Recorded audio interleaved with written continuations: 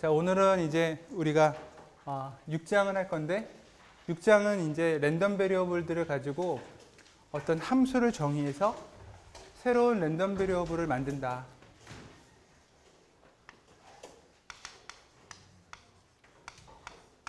그러니까 어떤 하나의 x라는 랜덤 베리어블이 있고 이 녀석에 대해서 어떤 확률 분포나 이렇게 이제 밀도 함수 같은 덴서티 함수가 주어져 있어요. 그럴 때 우리가 어떤 적당하게 새로운 어떤 하나의 함수를 만들어요. x라는 랜덤 베리어블을 어떤 식으로든지 간에 그렇게 해서 만들면 새로운 함수 y가 이제 만들어진다. 그래서 y에 대해서 우리가 확률 분포가 되거나 아니면 이 덴서티 함수가 되거나 요걸 구해보자. 그게 이제 바로 6장의 내용이에요.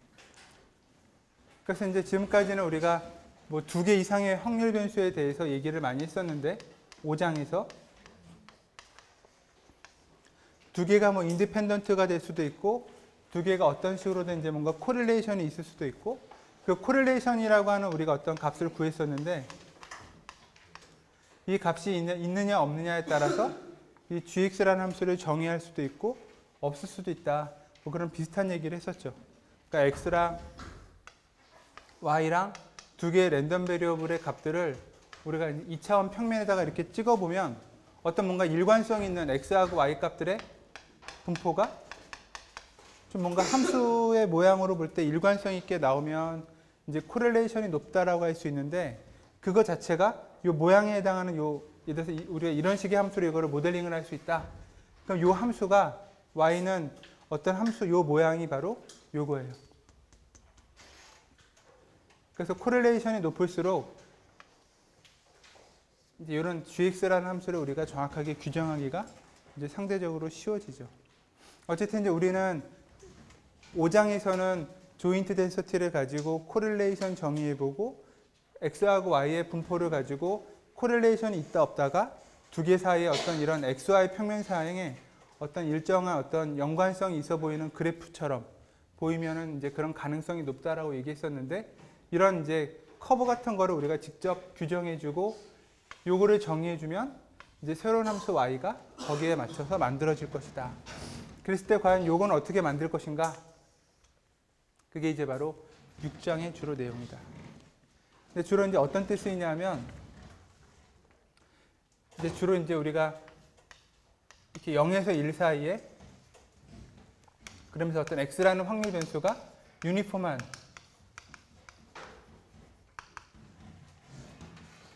그걸 일반적으로 이제 많이 만들어내요. 그러니까 여러분들이 프로그래밍 할 때 뭐 랜드랑 이런 함수들 보면 주어진 구간에서 유니폼 디스트리뷰션을 갖는 랜덤한 값들이 이제 생성이 돼요.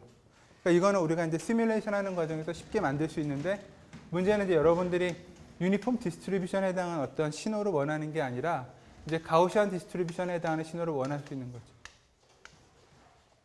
실제로 원하는 건 이런 거예요. 그럼 얘가 이제 바로 우리 시뮬레이션 환경에서 바로 만들어지는 게 아니라 유니폼 디스트리뷰션에 해당하는 확률 변수를 x라고 하고 얘는 그냥 어떤 그 클락의 어떤 특정한 값들을 뽑아가지고 만들어낼 수 있는데 이 유니폼 디스트리뷰션을 이제 우리가 적당하게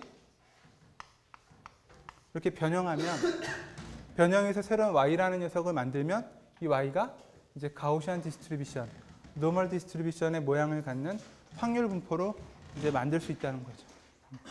그래서 이렇게 이 함수를 우리가 어떻게 정의해야 할 것이냐 또는 x가 주어져 있을 때 x의 pdf가 주어져 있을 때 gx를 정의했을 때 y의 pdf가 무엇이냐 요거 유도하는 방법을 알게 되면 이제 우리가 원하는 특정한 형태의 확률 분포들을 저렇게 간단한 유니폼 디스트리뷰션 같은 것으로부터도 유도할 수 있다.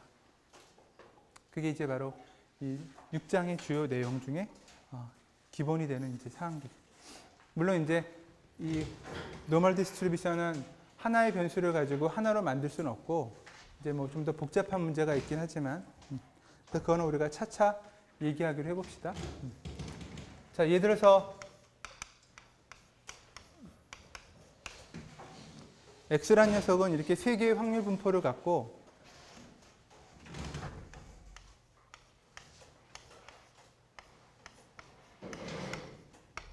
세 개의 변수 값에 대해서 각각 확률이 이렇게 4분의 1, 2분의 1, 4분의 1. 예를 들어서 뭐 이런 x라는 확률 분포, 디스크리트긴 한데 뭐 이런 간단한 게 있다고 합시다. 이걸 여러분들이 새로운 y를 가지고 정의했는데 뭐 그냥 2x 더하기 1이라고 해서 새로운 확률 변수 y 값을 만들어요. 아니면은 뭐 이런 식으로 뭐가 되든. 그럼 예를 들어서 이렇게 만들면 새로운 y 값은 어떻게 나오냐면 마이너스 1을 대입할 때, 그 다음에 0을 대입할 때, 그 다음에 2를 대입할 때 이렇게 세 개의 값이 나오죠. 그죠? 그러니까 마이너스 1과 0과 1이 y라는 값은 이렇게 세 개의 값이 나오는데 문제는 마이너스 1이 될 확률은 x가 마이너스 1이 되는 경우의 확률하고 똑같을 테니까. 그죠? 그러니까 이때는 이제 4분의 1이라는 확률의 값으로 y가 마이너스 1이 될 확률이 나올 거고, 마찬가지로 0이 되는 경우에 x값이 y가 1이 되는 경우랑 같은 경우였으니까 이런 식으로 확률 분포가 x에 해당하는 확률 분포에 의해서 이제 정해져요. 되게 간단하죠. 그죠? 근데 이번에는 우리가 y를 예를 들어서 x제곱이라고 해봅시다. x제곱이라고 그러면 이제 y가 나오는 값은 어떻게 되냐면 저 마이너스 1, 0, 1이라는 x값에 대해서 우리가 생각할 수 있는 게 y가 0하고 1 두 가지밖에 안 될 거고, 0이 되는 경우는 x가 0이니까 그때 y도 0이 될 확률은 2분의 1. 근데 y가 1이 되는 경우는 x가 마이너스 1이거나 플러스 1이거나 두 가지 경우가 있으니까 또 2분의 1. 그러니까 이번에는 이렇게 정의를 해버리면 x에 대한 확률 분포랑 y에 대한 확률 분포가 이제 뭔가 달라지죠. 그죠? 그러니까 이런 것들이 이제 바로 이 함수, 지금은 gx라는 함수가 x제곱의 모양인 거고, 여기서는 gx라는 함수의 모양이 2x 플러스 1이라는 모양인데 함수의 모양에 따라서 확률 분포의 모양도 달라지게 될 거다. 주로 이제 디스크리트인 경우에는 이제 뭐 어떤 단조 증가 함수이거나 단조 감수이거나, 그러니까 한마디로 말해서 1대1 대응 관계를 나타내는 함수일 때만 그 확률 분포가 유지가 되고, 1대1 대응 관계가 아니기 때문에 얘네들은 이제 확률 분포가 기존의 x의 확률 분포가 y에서는 바뀌어요. 그러니까 어떻게 바뀌는지 그거를 이제 우리가 이왕이면 디스크리트는 일일이 확률 값을 다 구해보면 되지만 이렇게 컨티뉴스 케이스의 덴서티는 이게 확률 값이 아니니까 이 덴서티의 함수의 모양은 어떻게 바뀔지 그걸 우리가 한번 제대로 공식 또는 수학적으로 한번 유도해 보자. 그게 이제 바로 6장의 내용입니다. 기대되죠?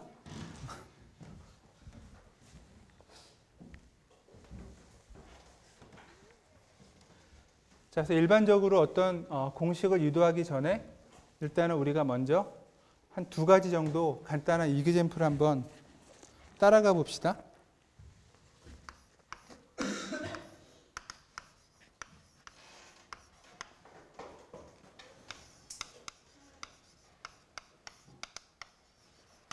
자, 어떤 직선의 방정식의 모양으로 자, y는 gx라는 함수가 있었는데 이 녀석을 우리가 이런 직선의 함수를 한번 생각해 봅시다. 일단 a가 0이 아니어야 x랑 y가 뭔가 관련이 되어 있을 테니까, 자, 이런 직선의 방정식으로 주어져 있을 때 과연 y라는 녀석의 PDF는 어떻게 될 것이냐. 그러니까 지금 x에 대한 PDF는 주어져 있어요.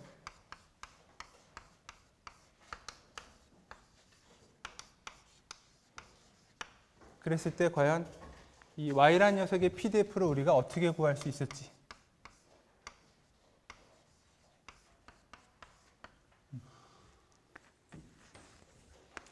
그래서 이제 목적은 이제 y라는 새롭게 정의한 이 확률 변수의 PDF인데 그냥 느낌은 왠지 그냥 x랑 비슷할 것 같죠, 그죠? 아까 저 디스크리트 케이스를 보면 확률 분포가 똑같으니까. 근데 이제 컨티뉴스 케이스의 덴서티는 조금 이제 바뀌는데, 자, 그럼 우리가 이제 덴서티를 구하기 위해서 항상 제일 처음에 해야 되는 게 뭐냐면 CDF를 구하는 거예요. y에 대해서. 항상 여기서부터 이제 이 초심이 여기서부터 시작되는 거니까 이 초심을 잃지 말도록 하고, 그러면 이제 이 녀석의 정의는 이런 식의 기호로 우리가 표시할 수 있죠. 그죠? 근데 이제 우리가 원하는 거는 y라는 녀석의 PDF나 CDF가 x라는 요 확률 변수에 PDF나 CDF랑 관련돼서 표현이 되도록 하는 거기 때문에 이제 대문자 y, 이 대문자 y라는 확률 변수의 이 형태를 요거로 바꿔줘요. 그대로 이런 식으로.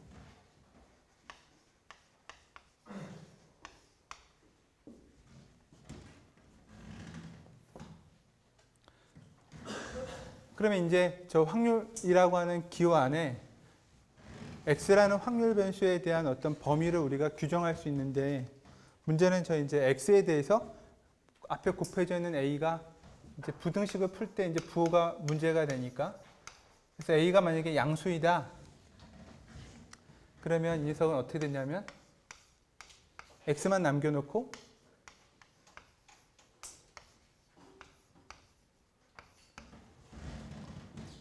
이런 식의 모양이 됩니다. 그죠? 근데 또 반대로 a가 부호가 음수가 된다 그러면 이 확률에 해당하는 형태의 모양이 부등호가 바뀌어야 되겠죠? a가 양수인지 음수인지를 보고서 우리가 이제 부등식을 풀어야 되는 문제다. 그러면 이제 이렇게 놓고 풀면 이제 완전히 x라는 확률 변수에 대해서 CDF의 모양이니까 요거 자체가 바로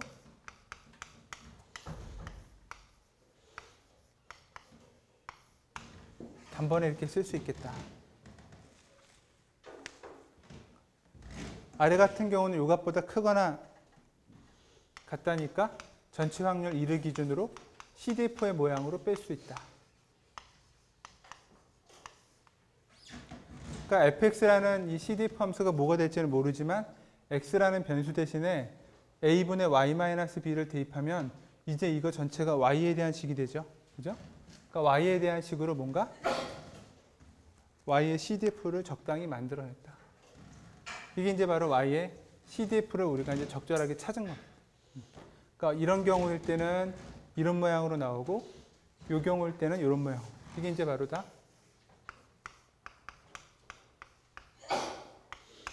이걸 구한 거예요. 그럼 이제 궁극적으로 원하는 건 CDF보다는 PDF니까 이 CDF를 우리가 이제 나눠주자. 미분을 하자. 그래서 변수가 이제는 y로 미분해 주는 겁니다. 그 y로 미분해 주면 a가 양수일 때랑 a가 음수일 때랑 이제 두 가지가 구분이 돼서 나오겠죠. 그래서 이 녀석 같은 경우는 이제 합성함수의 미분이니까 대문자 fx를 한번 미분하고 요 안에 합성된 함수 부분을 한번 또 미분하고,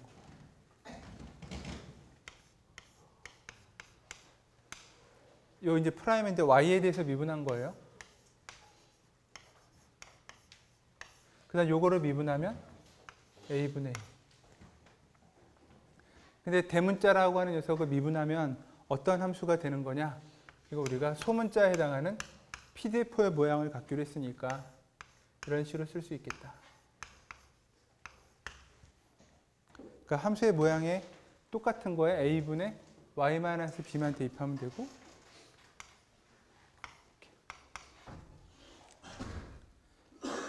그럼 아래 같은 경우도 똑같이 이제 미분해주면 1-는 이제 1은 빠지고 마이너스 부호에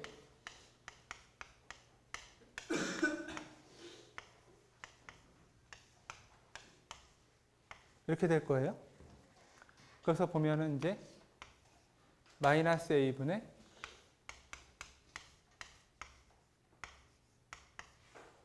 이렇게. 근데 이제 보면 a가 양수일 때는 이런 모양이고 a가 음수일 때는 이런 모양이죠. 그죠? 그러니까 이거를 다 통합하면 a가 음수든 양수든 상관하지 말고 절대값 a로 묶어줄 수 있겠다.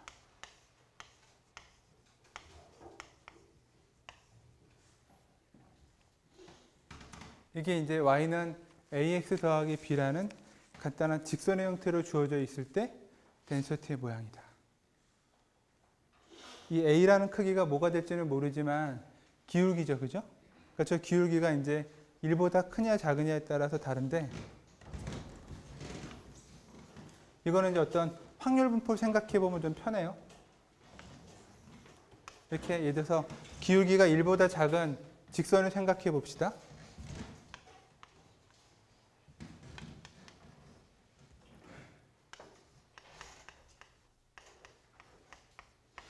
예를 들어서 이런 직선이라고 치면, 만약에 x가 1과 2 사이에 들어갈 확률을 구하라. 그러면 요 범위죠, 그죠? x가 1과 2 사이에 범위는 요거예요. 근데 y는 어떻게 될까요? x가 예를 들어서 1에서 2 사이에 된다는 얘기는 y의 입장에서는 어떤 확률이랑 똑같으냐면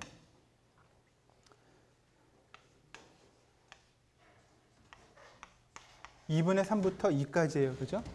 그러니까 이 녀석은 구간의 길이가 1이고 이 녀석은 구간의 길이가 2분의 1이죠.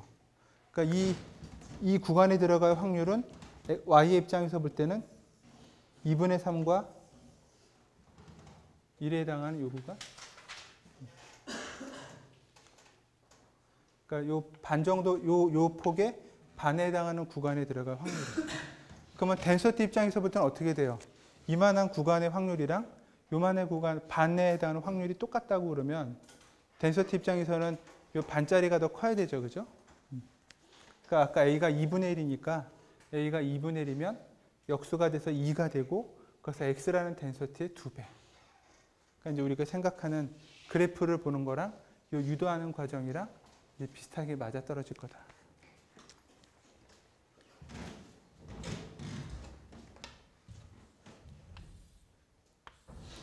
자, 이번에는 이 유도하는 과정은 이제 그래프를 가지고 한번 생각해 봅시다. 우리가 그냥 요 y에 대한 CDF를 쓰는 과정에서 y라는 이 변수 이름 대신에 ax 더하기 b를 바로 대입을 해가지고 x라는 식으로 이렇게 이제 묶어서 식을 정리했는데, 이렇게, 그죠? 저거를 우리가 어떤 그래프의 입장에서 보면, 그래서 이게 이제 y는 ax 더하기 b라고 생각하면 y 값이 이제 어떤 특정한 하나라고 생각해봐요. 여기가 y다. 그러면 x하고 y는 요 직선의 관계를 만족하는 거예요. 그러니까 y가 얼마면 x는 얼마, 또는 x가 얼마면 y는 얼마, 이런 식으로 x하고 y 사이에 딱딱딱 값들이 나오는 건데, 이렇게 값들이 주어져 있을 때 뭐가 이제 어떤 거냐면, 지금 이런 형태, 그죠? y에 대한 CDF를 보면 y가 요거 아래 이하일 확률을 구하는 거죠. 그러니까 x 입장에서는 어떻게 되느냐? 요 직선상에 요 만나는 점, 요게 x좌표인데 이 x좌표가 이제 우리가 저 방정식, 직선의 방정식을 풀면 a분의 y-b라는 좌표가 바로 요 좌표예요. 그래서 지금 같은 경우는 y가 대소문자 y보다 작을 확률은 요 x라는 a분의 y-b라는 x값보다 x가 작거나 같을 요 구간이랑 똑같죠, 그죠? 그림으로 보면. 그러니까 요 직선상에 xy가 존재하는데 y가 이보다 작을 경우는 x 입장에서부터는 여기서부터 여기까지. 그러니까 그게 바로 요 과정이 여기에 나와 있어요. 그러니까 그래프를 보고 우리가 바로 찾을 수 있다. 또 마찬가지로 이번에는 기울기가 음수일 때는 어떻게 되느냐? y가 이 정도의 값이라고 한다면 그때는 y가 이 아래쪽에 해당하는 경우니까 그때는 x는 여기서부터 오른쪽에 해당하는 큰 범위가 바로 x의 범위가 되어야 x하고 y의 확률 범위가 같겠구나. 우리가 그래프만 갖고도 찾을 수 있겠죠, 그죠? 이렇게 찾는 거예요. 근데 저렇게 이제 그래프를 갖고 찾는 건데, 일단은 우리가 수식만 가지고 얘기를 한번 해보자. 그래서 어쨌든 이런 식으로 직선인 경우에 나온다. 이거 하나를 일단 기억을 해둡시다.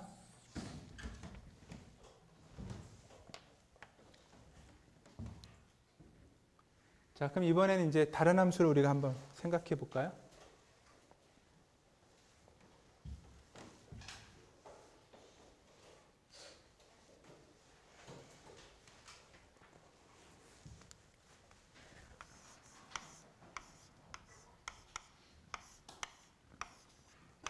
그러니까 뭐 이그젠플은 뭐 얼마든지 우리가 다양한 함수를 만들 수 있는데, 자, 일단 y는 x제곱이라는 걸 해보자. 그러면 이제 이런 거는 어떻게 되냐면, x에 대해서 이제 y라는 녀석의 모양을 만들어야 되니까 똑같이 y에 대한 CDF를 먼저 만드는 과정에서 일단 여기까지 항상 쓰고 보는 거죠. 그죠? 그래서 이렇게 써놓고 대문자 y 대신에 소문자 x를 대입해. 이런 식으로. 그러면 이제 이 자체만을 가지고도 x에 대한 범위를 우리가 정의할 수 있으니까 x에 대한 CDF를 그럴듯하게 만들어낼 수 있을 거다.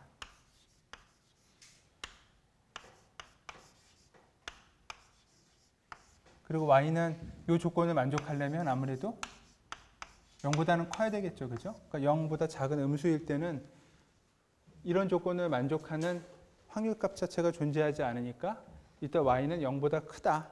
그러니까 뭐 0 이상이다. 그렇게 시작해 놓고 우리가 이제 이 확률의 범위를 구할 수 있겠다.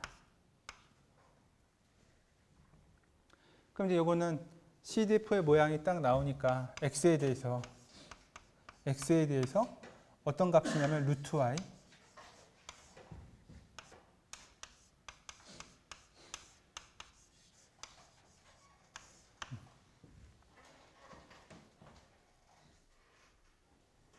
그래서 이게 이제 바로 y라는 녀석의 CDF였는데 x에 대한 CDF고 x라는 CDF 함수를 단지 우리가 y라는 식으로 표현했을 뿐이다.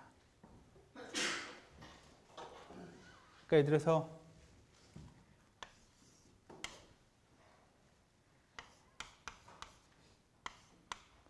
이게 만약에 x에 대한 PDF라고 한다면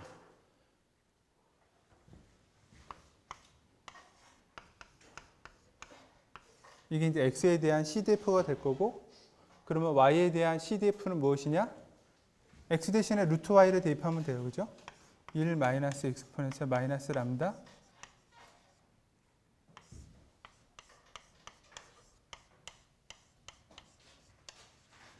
뭐 이런 식으로. 그래서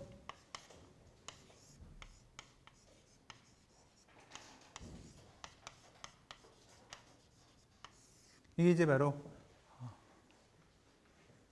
y라는 녀석의 CDF가 되겠죠. 그죠? 그러니까 y에 대한 식으로 나오죠.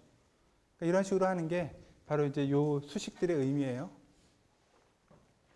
자, 어쨌든 이제 우리는 근데 원하는 게 요거를 미분해 가지고 다시 x가 아닌 y에 대한 PDF를 구하는 게 목적이니까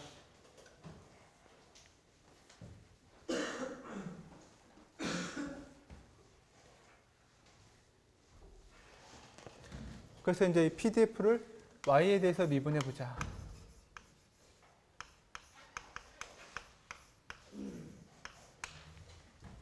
근데 저 녀석은 어떤 걸 미분해야 되냐면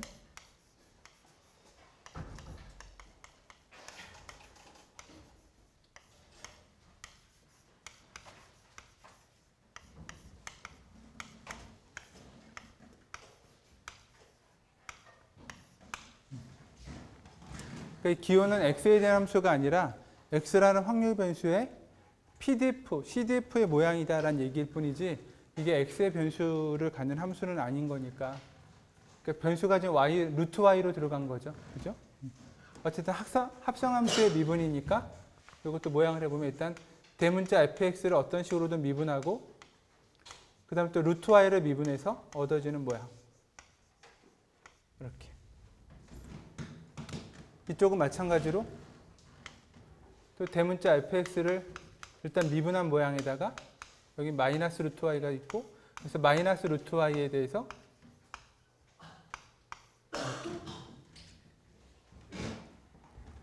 그래서 두 식을 정리해 보면 이제 어차피 대문자를 미분한다는 얘기는 소문자의 x에 대한 덴서티 함수에다가 루트 y를 대입하고 거기에 2루트 y네요.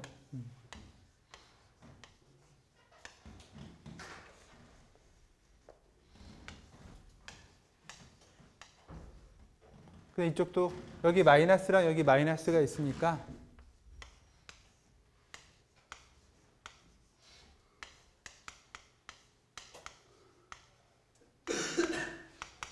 이렇게 써주면 딱 끝나겠다.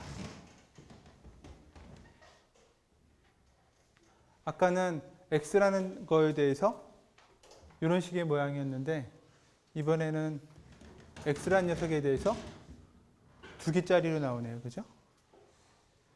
도대체 얘는 그럼 어떤 차이가 있는지를 그래프로 봅시다. 아까처럼.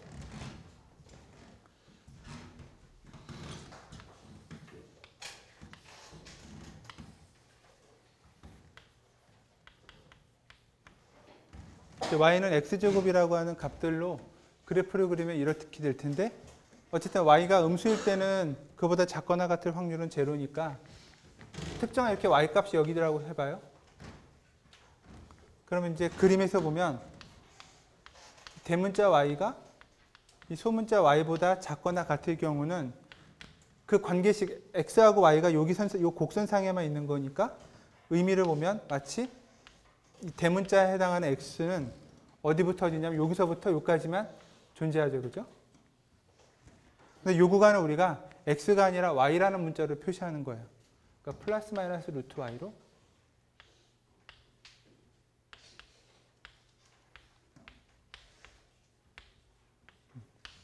뭐 컨티뉴스일 때는 이퀄리티가 뭐 있든 없든 크게 우리가 중요하지 않게 하기로 했으니까 그래서 이렇게 돼요. 저기 나오는 CDF의 모양이랑 똑같아지죠. 그죠? 그러니까 그래프를 갖고 하게 되면 이제 우리가 저 수식만 갖고 하는 것보다 훨씬 더 x의 범위를 이 y라는 문자로 표현하기가 쉽다. 근데 이 y라는 문자로 표현되는 x의 범위는 x하고 이 특정한 y 값을 정해줬을 때 그때 곡선과 만나는 x좌표, 그 x값의 좌표를 y에 대한 문자로 바꿨을 뿐이에요. 그죠? 어떻게 보면 이 녀석은 뭐가 되냐면 이거 우리가 y는 gx라는 함수라고 만약에 한다면 요 녀석의 y, 루트 y라는 값은 뭐냐면 x는 g의 인버스의 y 요거죠. 맞아요?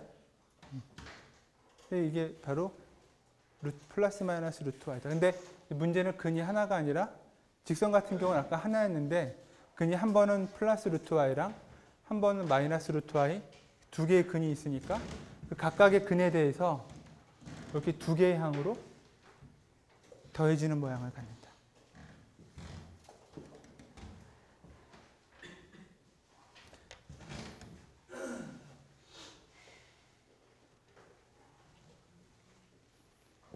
자, 그래서 저것도 한번 우리가 일단 기억을 해둡시다.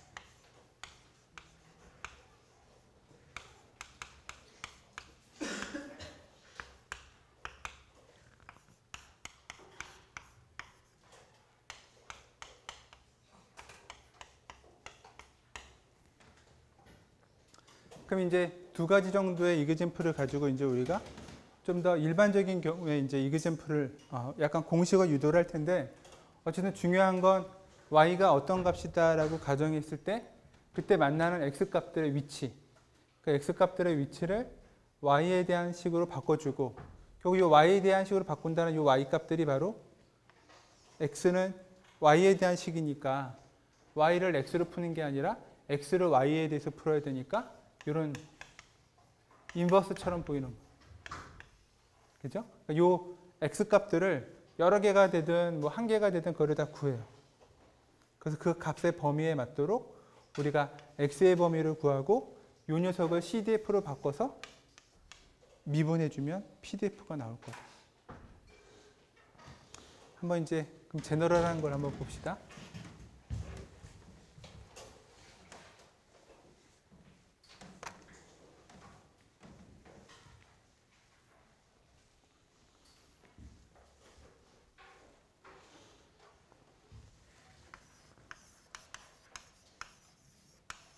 뭐 완전히 제너럴한 건 아닌데 이제 우리가 약간 좀 더 복잡한 형태를 가지고 이그젠플을 들면 이제 훨씬 더 복잡한 gx라는 함수에 대해서도 여러분들이 새롭게 정의된 확률 변수의 확률 분포를 나름대로 유도해 보는 게 훨씬 쉽다. 이렇게 x랑 y랑 있는데 그래서 이런 식의 함수가 있다고 합시다. 이게 y는 gx예요.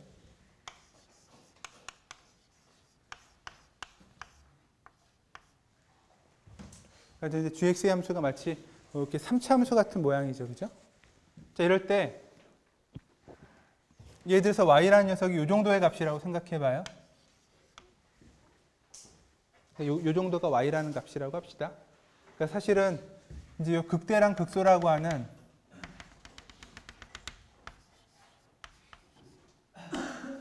이 y max랑 여기는 y 미니멈이 있을 텐데 맥스랑 미니멈 사이에 y 값이 존재할 때만 이제 지금부터 유도하는 과정이 이제 성립하고 이제 y 값이 이거보다 크거나 작을 때는 이제 약간 다르게 정의를 해야 되는데 자, 어쨌든 이런 경우라고 하면 이제 여러분들이 이 조건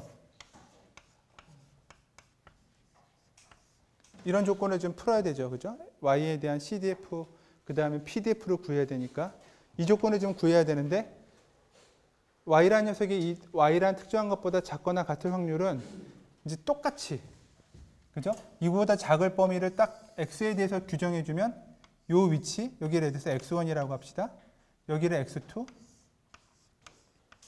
여기를 x3라고 그러면 이제 y 값이 아래에 있을 확률은 x 값, 이 곡선상의 x로 보면 이제 구간이 이런 식의 있어요. 예를 들어서 하나는 x1보다 작아야 될 거고 그 다음 또 어떤 경우가 있냐면 x2하고 x3 사이에 구간이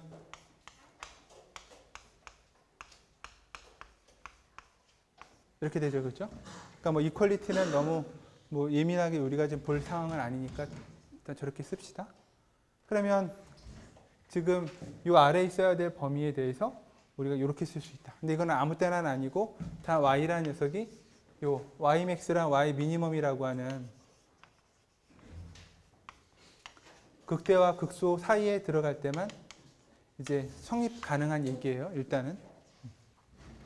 그래서 우리가 저런 경우에 대해서 한번 제너럴하다라고 얘기하고 이제 풀어보자. 그래서 결론은 y는 gx라는 그래프를 그리고 y의 범위에 따라서 근이 몇 개가 되는지, 그죠? 이런 x1, 2, 3라는 근이 몇 개가 되는지 그거에 맞춰서 이 x의 범위를 구해주는 거예요.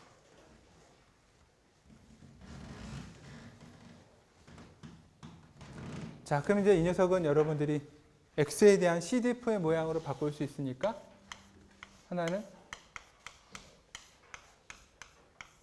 일단 x1이라고 하고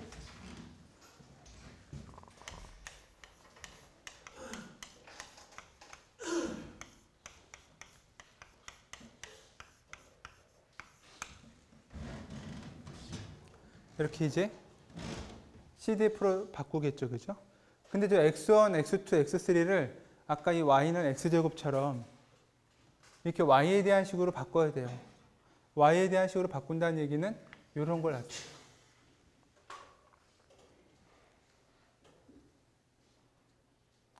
자, 그래서 여기서 이제 뭐 역함수에 대한 미분 얘기하면 또 복잡할지 모르니까 일단 이렇게 해놓고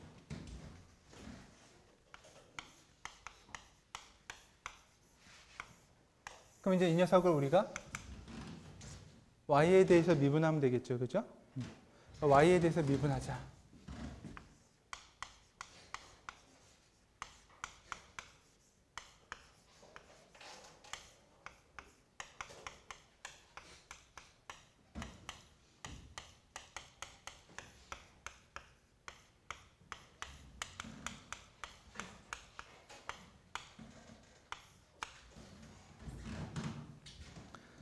근데 저 x1하고 x2, x3라는 저 값들은 우리가 요것처럼 이렇게 루트 x, 루트 y처럼 플러스 마이너스 루트 y처럼 y에 대한 식일 텐데 아직은 정확하게 저거를 지금 여기 자체에서는 이런 식으로 이렇게 단번에 집어넣은 게 y에 대한 식으로 집어넣은 게 아니니까 여러분들이 체인룰이라고 알죠? 그러니까 y로 먼저 하지 말고 x로 하는 거죠. 근데 정확하게는 x1이라는 위치에서의 x에 대한 미분. 이렇게 되는 거예요. 그러니까 정확하게 이렇게 하고 x가 x1일 때의 기울기에 해당하는. 그 다음에 원래는 y로 미분해야 되는데 x로 했으니까 dx랑 dy 이렇게 곱해주면, 그러니까 이 녀석이랑 이 녀석이 자연스럽게 약분이 되면 y에 대한 미분 모양이 그대로 유지되는 거예요. 그러니까 이런 식으로 세 개를 다 써주면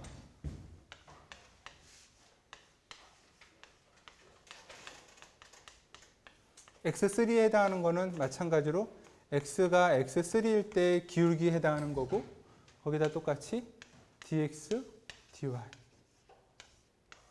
마지막으로 마이너스 부호가 붙는 녀석은 x2일 때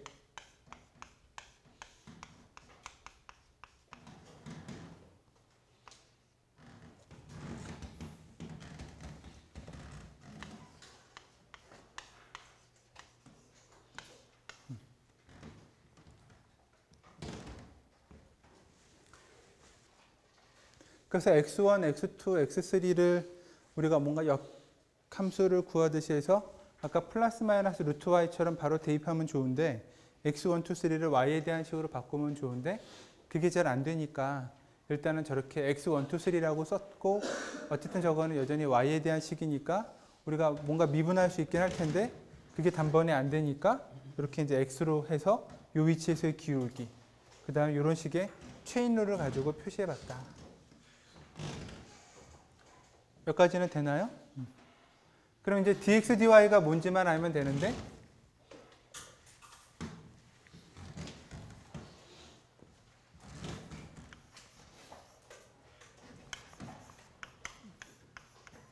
이런 관계식이고, 우리가 y를 x로 미분한다는 얘기가 g'x라고 얘기하는 거니까 dx, dy는 이거 역수죠, 그죠? 한마디로 역함수에 대한 미분이랑 똑같다. 이렇게. 그래서 저 주어진 조건을 다 이제 바꿔요. 그럼 이제 이 조건들을 다 바꾸면 어떻게 되냐면, 어차피 요거는 x로 미분하는 거니까 소문자 fx가 되죠, 그죠? 소문자 fx인데 x1이라는 위치에서의 값이니까 fx의 x1, 그 다음에 이제 gx를 미분해서 g'x인데 그때도 x1의 위치에서의 기울기, 요거죠, 그죠? 다짐 x가 x1, x, 그쵸? 그 다음에 이제 다음 거는 fx에 대해서 x3고, 그 다음에 g'x에 대해서 x3. 이번에는 마이너스 부호가 붙어요, 여기. 여기는 이번에는 x2에 대한 경우다.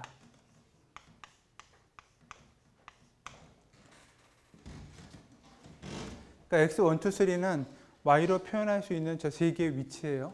근데 우리가 지금 아까 y는 x제곱 같이 명확한 함수가 아니니까 지금 y로 바꾸기는 어렵고, 그래서 x1, 2, 3로 쓴 거다. 이게 답이에요. 근데 이 그림을 이 수식에서 보면 여기 마이너스가 눈에 거슬리는데, 그거는 또 어떻게 되어 있냐면, 여기 x1이 라는 위치에서 gx의 기울기가 플러스 부호죠, 그죠? x2에서는 마이너스 부호고, x3에서는 또 플러스 부호 보이죠, 그죠? gx의 기울기가. 그러니까 접선의 기울기가 이렇게 되니까 이거를 딱 보면 g'x1이랑 g'x3는 포지티브일 거고 g'x2는 네거티브일 거예요, 그죠?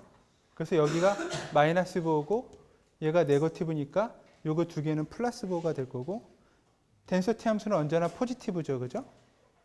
그래서 이거를 우리가 딱 정의하면 어떻게 되느냐, 한 번에 지금 근의 개수가 3개라고 했으니까 i는 1부터 3까지 g'의 xi, 여기 절대값 붙여주고, 그 다음에 fx에 이렇게 쓰면 된다. 이게 이제 근이 3개라고 생각했을 때 해당하는 y의 PDF를 구한 거다. 되게 막 복잡해 보이는데 이거를 이제 여기다가 한번 적용해 봅시다. 자, gx라는 함수가 직선일 때는 y는 ax 더하기 b죠. 그러면 이 g'x 그러면 이제 근이 하나만 나와요. 그때는 x1 하나만 나오니까 x1만 존재하고 x1이라는 게 뭐가 되느냐? y-b분의 a가 될 것이고. 그죠? 그 다음에 그 g'x1이라는 게 무엇이냐? a가 될 것이다. 부호가 음수인지 양수인지 신경 안 썼어요. 여기다가 하나만 있고 기울기가 a니까 대입해주면 그러니까 절대값 a분의 fx의 x1에 해당하는 a분의 y-b 이렇게 나오죠. 그죠? y는 x제곱이라고 하는 함수를 생각하게 되면 y는 x제곱은 근이 어디에서 나오느냐? y값을 정해줄 때 한 번은 마이너스 루트 y고 한 번은 플러스 루트 y. 그 다음에 y는 x제곱이니까 이 gx를 미분하면 g'x는 2x예요. 그죠? 그래서 한 번은 x1, 한 번은 x2. 그거에 대해서 해주죠. 그죠? 그래서 절대값. 2 곱하기 루트 y, 2 곱하기 루트 y분의 fx의 마이너스 루트 y, 2 곱하기 루트 y분의 그 다음에 fx의 플러스 루트 y. 그냥 요 유도되는 과정을 여기다가 맞춰놓으면 되죠. 그죠? 그러니까 이런 식으로 나오는 게 바로 제너럴한 케이스다. 그러면 예를 들어서 gx가 저런 모양의 함수를 주어주면 우리는 지금 y가 y max랑 y 미니멈 사이일 때는 이런 식의 모양이라고 얘기하는 거고, 만약에 y가 y max보다 크다. 그럴 때는 이제 어떻게 되냐면 요값 하나가 나오고 x도 그거에 맞춰서 요거 하나만 나오죠. 그죠? 그러니까 이제 y max에서 y가 이런 y max보다 클 때는 그때는 이제 이런 녀석의 확률이나 요거에 대응되는 요 값. 근데 요 값이 딱 하나만 나올 거예요. 뭔지 모르지만 일단 x1이라고 합시다. 물론 요거는 이제 y에 대한 식으로 바뀔 수 있을 거고, 그때 y에 대한 식으로 바뀌면 이렇게 될 것이고. 하나만 나오는 경우로 풀 수 있고, 그 다음에 y 미니멈보다 작을 때도 마찬가지로 하나만 나오죠. 그죠?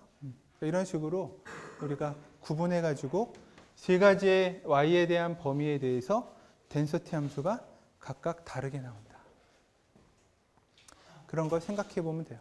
그래서 핵심은 그래프를 보고서 어디에서 이 대응 관계가 이 교점의 개수가 몇 개인지를 보고 그 교점의 개수에 맞춰가지고 y의 이와 같은 CDF의 모양에 맞는 x의 CDF에 해당하는 범위를 구해주고, 그죠? 이렇게.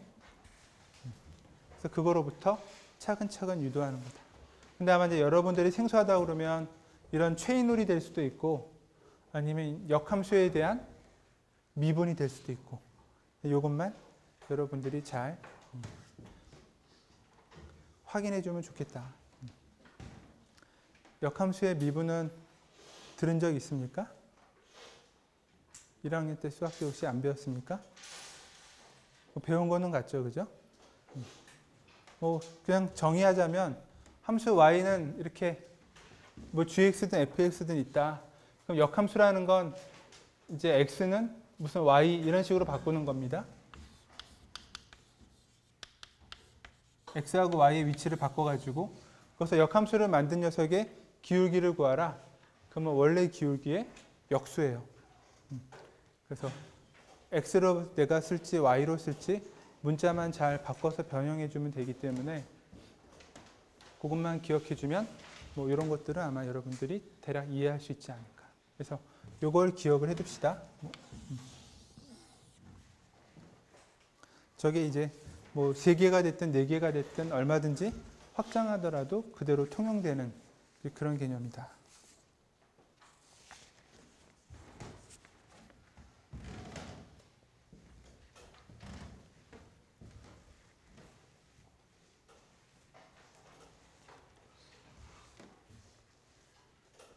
자, 그래서 이제 우리는 아주 조금 이제 일반적으로 우리 교과서에는 뭐 없는 내용이었지만 어쨌든 좀 더 일반적으로 한 개의 베리어블, 그러니까 x든 y든 하나의 변수 x를 가지고서 문제 어떤 함수를 정의해서 또 하나의 새로운 변수 y를 만들어내는 것, 요거를 이제 했습니다. 그럼 이제 6.4절부터는 여러분들이 어떻게 하냐면은 x하고 y하고 두 개를 가지고 새로운 확률 변수 z를 만들어요. 근데 이제 보통은 두 개의 확률 변수를 갖고 하나의 확률 변수를 정의할 수는 있지만 우리가 유도하는 과정에서는 두 개가 있으면 만들어지는 것도 두 개가 돼야 돼요. 그래서 여기를 적당하게 이제 우리가 하나를 편하게 이제 정해줘야 됩니다. 어쨌든 그런데 두 개를 가지고 하나를 만들 때 이제 가장 간단한 형태가 두 개의 확률 변수를 더할 때예요. x랑 y랑 두 개의 확률 변수가 있고 얘네들의 어떤 조인트 덴서티가 있는데 그때 그 두 개를 더해서 z를 만들어 보자. 근데 하필이면 x하고 y가 인디펜던트다. 그러면 이제 아주 중요한 성질이 나와요. 그럴 때 이제 우리가 다음 시간에 하게 될 컨볼루션이라는 용어가 이제 나옵니다. 그래서 다음에는 우리가 이제 컨볼루션에 대한 말을 수학적인 정의를 이제 다루게 될 거고, 뭐 그 외에도 이제 여러 가지가 있는데 어쨌든 우리가 오늘 하는 거는 요거다. 책에 보면 이제 이그젠플이 하나 있을 텐데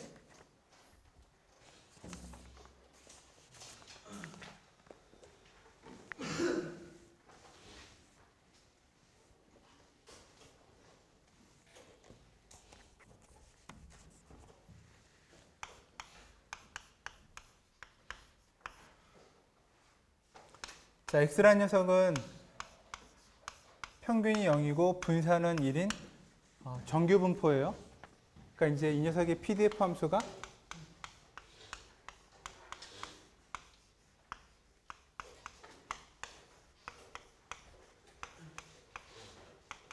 뭐 이렇게 이제 주어지겠죠? 그럴 때 이제 y라는 녀석은 이렇게 정의를 해줬다. 그러면 이 정규 분포는 x가 마이너스 무한대에서 플러스 무한대의 모든 값들을 분포하는데 x제곱으로 정의해 버렸으니까 y라는 녀석은 이제 0 이상인 그런 값으로 우리가 정의를 해줘야 되겠죠, 그죠? 그래서 이렇게 새롭게 정의하면 이 새로운 확률 변수의 범위도 우리가 정확하게 규정해 주자. 그러면 이제 그 다음에는 어떻게 하느냐? 뭐 여기다가 넣어도 되고, 아니면 아까 루트였으니까 여기다가 넣어도 되고. 여기 이제 gx니까 x제곱이. 그래서 g'이라는 함수를 써보면 얘는 2x고, 그 다음 y는 x제곱에 대해서 두 개의 교차되는 점이 나오는데 하나는 플러스 루트 y랑 마이너스 루트 y랑 이렇게 나온다. 그러니까 이 두 개의 교점 x 좌표들이 y에 대한 식으로 바뀌는 거죠, 그죠? 그렇게 해놓고서 이제 뭐 여기다가 대입하든 저 오른쪽 위에 있는 거에다 대입하든 이제 식을 그냥 대입만 해버리면 그럼 이제 y에 대한 덴서티는 두 배의 루트 y분의 fx에 대해서 마이너스 루트 y 플러스 두 배의 루트 y분의 이거는 플러스 루트 y. 그래서 가우시안 덴서티에다가 요거를 다 넣어주면 그러면 그냥 루트 2파이 곱하기 루트 y분의 1에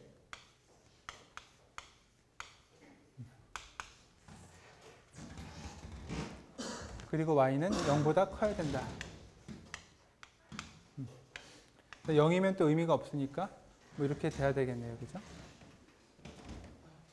그래서 이런 식으로 우리가 존재하는 게 이그젠플 6.2에서 이 공식을 활용하는 방법이다. 그래서 저렇게 하면 새로운 확률 변수의 확률 분포를 확률 밀도 함수를 우리가 이제 정확하게 구할 수 있다.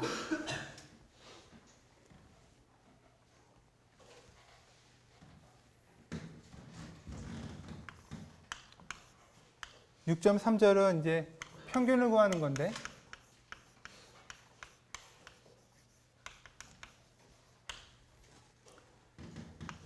그러니까 뭐냐면 어떤 y라는 새로운 랜덤 베리어블을 우리가 gx라는 함수를 정의했다. 그러면 y에 대한 익스펙테이션이 무엇이냐? 평균값은. 그러니까 우리가 알고 있는 거는 y 곱하기 y의 덴서티를 직접 이렇게 곱해서 적분하면 되는 거죠. 모든 y에 대해서. 그럼 이제 이거를 구해야 돼요. 근데 이제 뭐 구할 수 있었죠. 그죠? 근데 실제로 익스펙테이션을 구할 때는 그렇게 하는 게 아니라는 거예요. 그러니까 y가 예를 들어서 어떤 gx라는 함수다. 그러면 이거 우리가 이미 비슷한 걸 해봤지만 그냥 gx를 평균값을 구하는 데 있어서 x에 대한 함수니까 x에 대한 덴서티가 들어갈 것이고 적분만 해주면 된다. 그러니까 익스펙테이션은 굳이 우리가 저 gx라는 함수 모양의 변수의 덴서티를 구하지 않아도 평균을 구하는 과정은, 그러니까 이거를 구하는 게 아니라 그냥 요걸 하는 거라는 거죠. 예를 들어서 x라는 랜덤 베리어블의 분산을 구하기 위해서 x제곱의 평균을 구하라. 우리가 언제 x제곱의 덴서티를 구한 적이 없죠. 그죠? 우리가 x제곱의 덴서티는 그냥 x제곱에다가 x에 대한 덴서티를 곱해서, 이게 바로 x제곱의 익스펙테이션. 그래서 익스펙테이션을 구할 때는 굳이 저 새로운 함수의 PDF를 여러분들이 다시 유도할 필요는 없겠다. 이게 이제 6.3절의 내용입니다. 그래서 6.3절도 이렇게 간단하게. 그럼 이제 6.4절부터는 어떻게 되느냐? 이제 6.4절부터는 한 개를 가지고 우리가 한 개를 만드는 건 다 끝났어요. 이제 뭐 이렇게 약간 제너럴하게 3개 정도 되는 걸 가지고 했기 때문에 어떠한 함수가 나와도 여러분들이 미분만 할 줄 알으면 풀 수 있다. 그럴 것 같죠? 그죠? 적분은 못해도 미분은 다 할 수 있죠. 그럼 이제 그 다음에 6.4절부터는 우리가 이제 뭘 할 거냐면 적어도 만들게 되는 주어져 있는 변수가 2개 이상이에요. 그래서 일단 2개라고 합시다. 2개의 변수가 주어져 있을 때 1개의 변수를 만드는 방법이 있고, 그 다음에 또 2개의 변수가 주어지면 걔네들을 어떤 식으로든 잘 조합해서 그야말로 또 이렇게 2개의 변수를 잘 만들어내는 방법이 있고, 이거는 이제 한 6.7이나 6.8 정도 이제 가장 뒷부분에 가서 할 거고, 이걸 하게 되면 자코비안이라고 하는 녀석이 또 나와요. 저번에 내가 시험 보기 직전에 잃어버린 한두 달은 내가 회복해 주지 않았나요? 그럼 다음에 한번 또. 어쨌든 이게 이제 그런 거고, 그럼 2개의 변수를 가지고 우리가 1개의 변수를 만들어내는 방법이 이제 있는데, 그 중에 이제 가장 공식처럼 나오는 흔한 게 바로 2개의 변수를 더하는 것. 그래서 2개의 변수를 더하는데 하필이면 2개의 변수가 인디펜던트다. 인디펜던트한 2개의 랜덤 베리어블을 더해서 새로운 랜덤 베리어블 Z를 만들면 그 Z라는 녀석의 PDF는 뭐가 되느냐? 그때는 우리가 X의 PDF와 Y의 PDF의 컨볼루션으로 나온다. 이렇게 얘기를 합니다. 뭐 이제 어차피 다 할 거지만, 그래서 그 컨볼루션으로 나오는 이그젠플들 중에 뭐가 있느냐? 여러분들이 잘 알고 있는 얼랑 K라고 하는 디스트리뷰션들이 바로 이 컨볼루션으로 나와요. 익스포넨셜 디스트리뷰션인데 기억납니까? 익스포넨셜 디스트리뷰션에 해당하는 시간 구간 1개, 2개, 3개, K개를 더한 것. 그게 바로 얼랑 K 디스트리뷰션이죠. 그죠? 그래서 그런 것들을 딱 2개만 하면 이 구간은 X라는 랜덤 베리어블, 이 구간은 Y라는 랜덤 베리어블. 2개가 인디펜던트하다. 2개를 이제 어떤 식으로든 컨볼루션이라는 말을 써서 할 텐데, 컨볼루션 과정을 거치면 여러분들이 혹시라도 막 시험 때문에 외웠을지도 모르는 얼랑케이 디스트리뷰션을 유도할 수 있다. 그래서 우리가 이제 컨볼루션을 배우게 될 거고, 그 다음에 이제 x하고 y라는 두 개의 변수의 미니멈 또는 맥시멈, 이런 것들이 바로 두 개를 가지고 하나의 확률 변수를 만드는 방법. 우리가 자코비안 행렬을 쓰지 않고. 근데 이제 그 다음부터는 이런 함수들을, 이런 조건을 빼면 그 다음부터는 이제 두 개를 가지고 있으면 적어도 두 개의 변수를 정의해야 되고, 그 두 개의 변수에 대해서 자코비안 매트릭스를 우리가 활용해야 돼요. 이게 이제 앞으로 6장의 주요 내용이 될 것이다.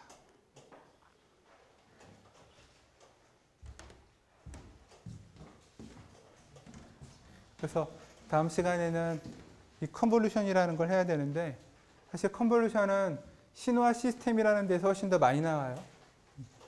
그러니까 시스템이 입력을 받아가지고 아웃풋을 만들려고 한다? 그러면 입력 신호랑 그 시스템의 어떤 고유 특성에 해당하는 함수랑 컨볼루션에서 아웃풋을 얻는다.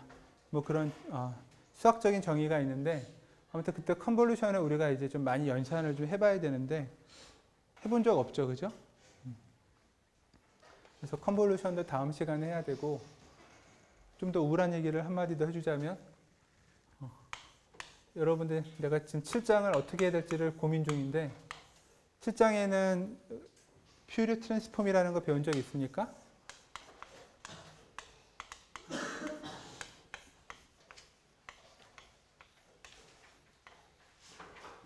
이 또 트랜스폼 방법이기 때문에 또 퓨리어 트랜스폼이라는 거를 해서 저 확률 분포 함수들을 뭐 좀 편하게 다루는 그런 방법이 있습니다. 그래서 또 퓨리어 트랜스폼이랑 관련된 것도 우리가 챕터 7에서 다뤄야 돼요. 그래야 이제 겨우 좀 주워 들은 게 있다. 그래서 이제 그 다음에 이제 우리가 통계를 들어가죠, 그죠? 통계라는 게 이렇게 쉬운 게 아닙니다.